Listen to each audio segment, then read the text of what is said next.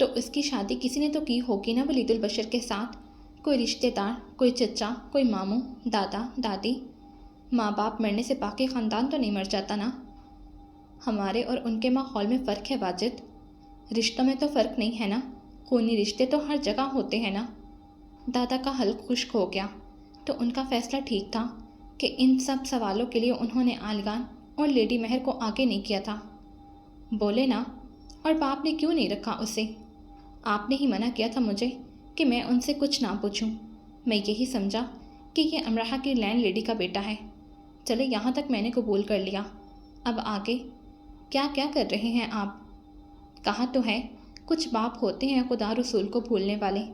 اس نے اپنی اولاد کی پرواہ نہیں کی، اور ہمیں اس سب سے کیا؟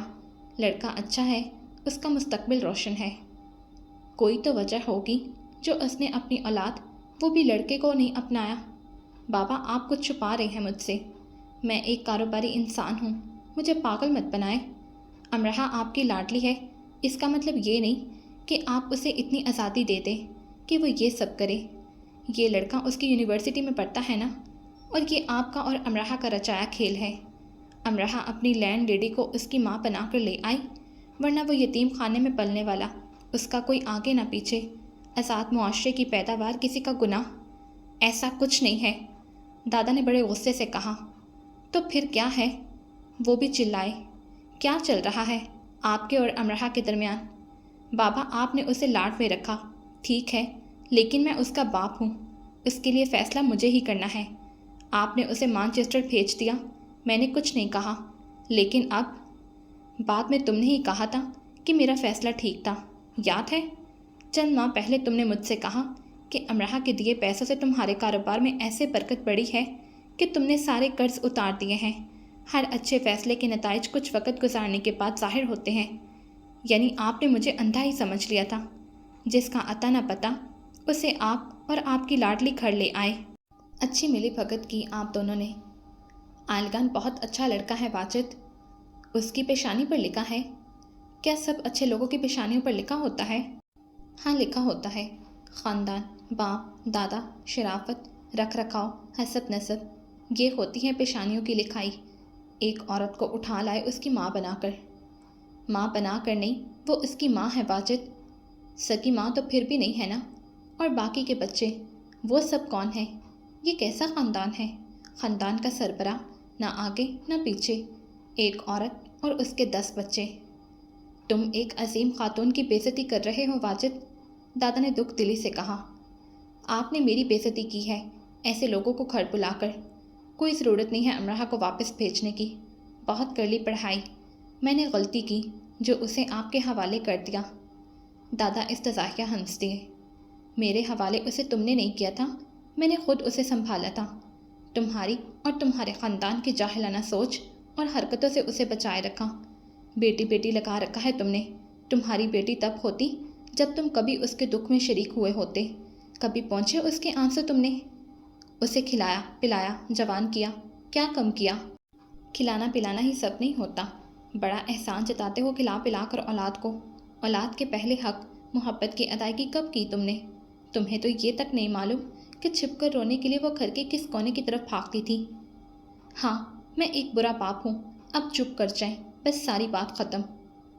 میں فیصلہ کر چکا ہوں، تم سے رائے لی تھی، آخری فیصلہ میرا ہی ہوگا۔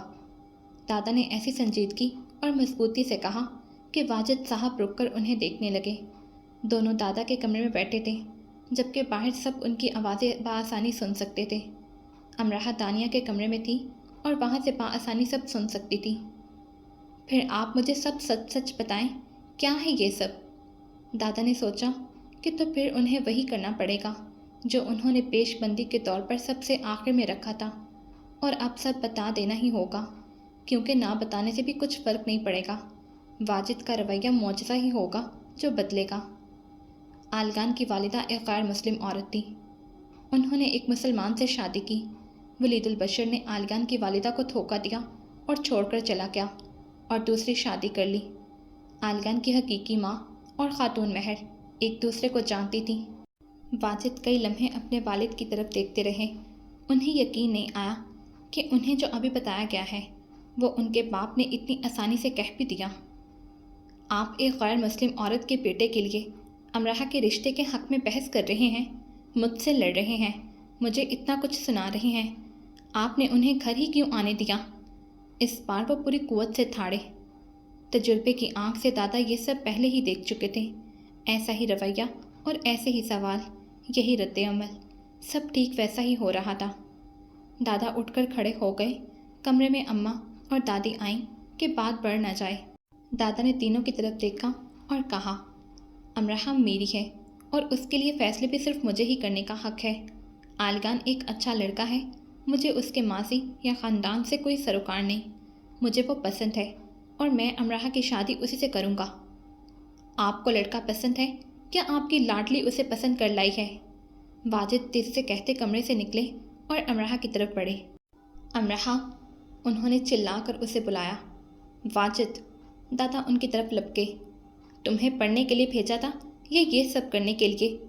وہ دانیہ کے کمرے میں اس کے سر پر پہنچ گئے اور اسے بازو سے پکڑ کر جھنجھوڑا۔ دادا نے لپک کر انہیں امرحہ سے دور کیا۔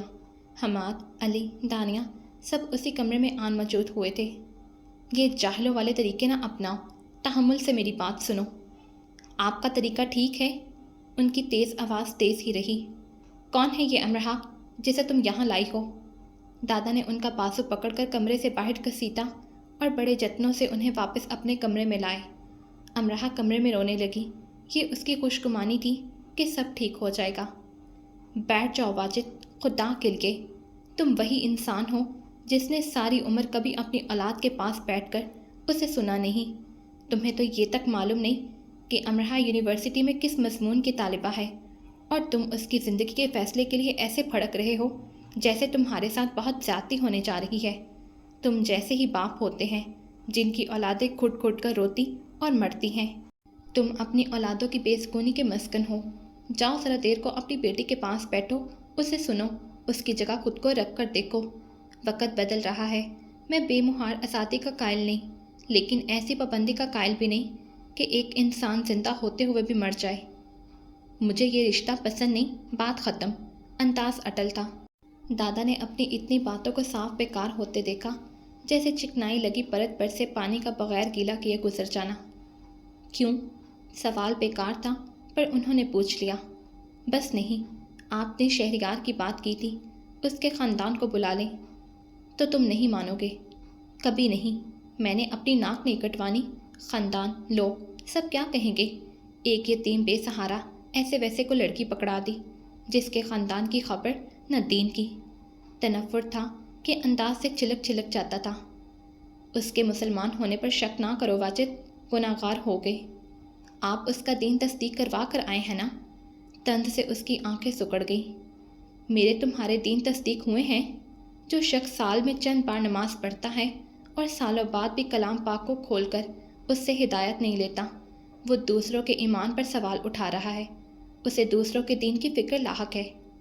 بابا، بس کر دیں یہ فلسفے، بات ختم، بس۔ ٹھیک ہے واجد، بات ختم۔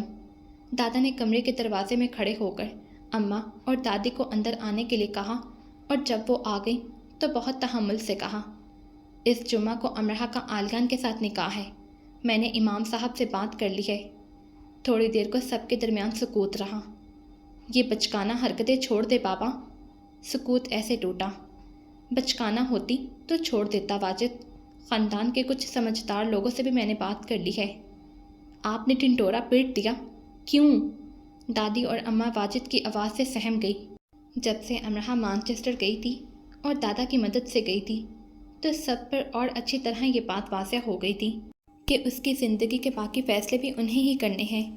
جو چند رشتے دادی اور اماں تیار رکھ کر بیٹھی تھیں، اس بات کو ذہن میں رکھے ہوئے تھیں کہ امرحہ کے دادا کی تسلی ہوگی تو ہی بات آگے بڑھے گی۔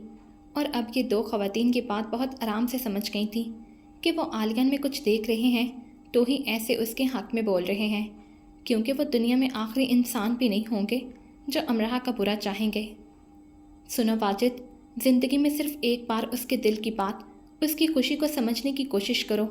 تمہاری بیٹی صرف اسی ایک لڑکے کے ساتھ خوش رہے گی۔ تمہاری اجازت اہم ہے اس کے لیے۔ تو آپ مان رہے ہیں کہ امرحہ ہی لائی ہے اس لڑکے کو؟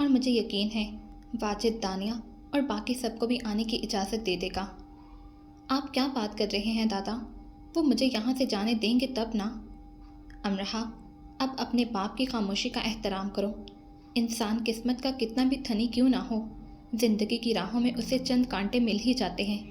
یہ نکاح جمعہ کو ہوگا ورنہ کبھی نہیں ہوگا۔ آپ نے نکاح کا فیصلہ ہی کیوں کیا دادا؟ 1-2 سال ٹھہر جائیں، اب بابا مان جائیں گے۔ میری عمر دیکھو امرہا، اتنا بوڑھا انسان جب سونے کے لیے آنکھ بند کرتا ہے تو وہ یہی سوچ کر کرتا ہے کہ اب یہ آنکھ قبر میں کھلے گی۔ میرے بعد تمہارا کیا ہوگا؟ میں تمہارے سامنے کھڑا ہوں اور واجد نہیں مان رہا۔ میں نہ ہوا تو کیا کر لو گی؟ اس نے اپنے ایک دوست کو گھر آنے کے لیے کہہ دیا تھا، اپنے بیٹے کے لیے۔ میں نے کس جتن سے انہیں گھر آنے سے روکا میں ہی جانتا ہوں۔ یہ سب میری موجودگی میں ہو رہا ہے، اور کیا چاہتی ہو کیا ہو جائے؟ آپ اپنے مرنے کی باتیں ایسے بے رحمی سے کیوں کر رہے ہیں؟ امرہا ان سے لپٹ گئی۔ ہر انسان خود اگلے ہی پل زندگی سے ہار جانے والا بھی یہی سوچتا ہے کہ موت کی بات کیا کرنی، اور موت اسے آ لیتی ہے۔ کیا موت آنے سے پہلے پوچھتی ہے کہ تم نے اپنی ساری ذمہ داریاں ادا کر لیں تو آؤ پھر میں تمہیں آ لوں؟ اگر موت اسے پوچھتی تو دنیا کا کوئی کام ادھورا نہ رہ جایا کرتا۔ اپنی ماں کے بعد میں نے تم سے محبت کی اور میں کبھی اس کی وجہ نہیں جان سکا۔ تمہارے معاملے میں بے اختیار ہوں۔ جو تکلیفیں میں نے تمہیں دی میں انہیں بھلانے کے جتن کرتا رہا ہوں۔ آپ نے مجھے کوئی تکلیف نہیں دی ہے، میں نے بھی دی ہے۔ اب دعا ہے کہ خدا ہمیشہ تمہیں خوش رکھے۔ امرہا اور دادا ساری رات بیٹھے باتیں کرتے رہے۔ اس رات کی صبح کا امرہا کو انتظار تھا شدت سے۔ وہ چاہتی تھی کہ صبح اتنی روشن ہو کہ روشنیاں اگلے وقتوں کے لیے محفوظ کر لی جائیں۔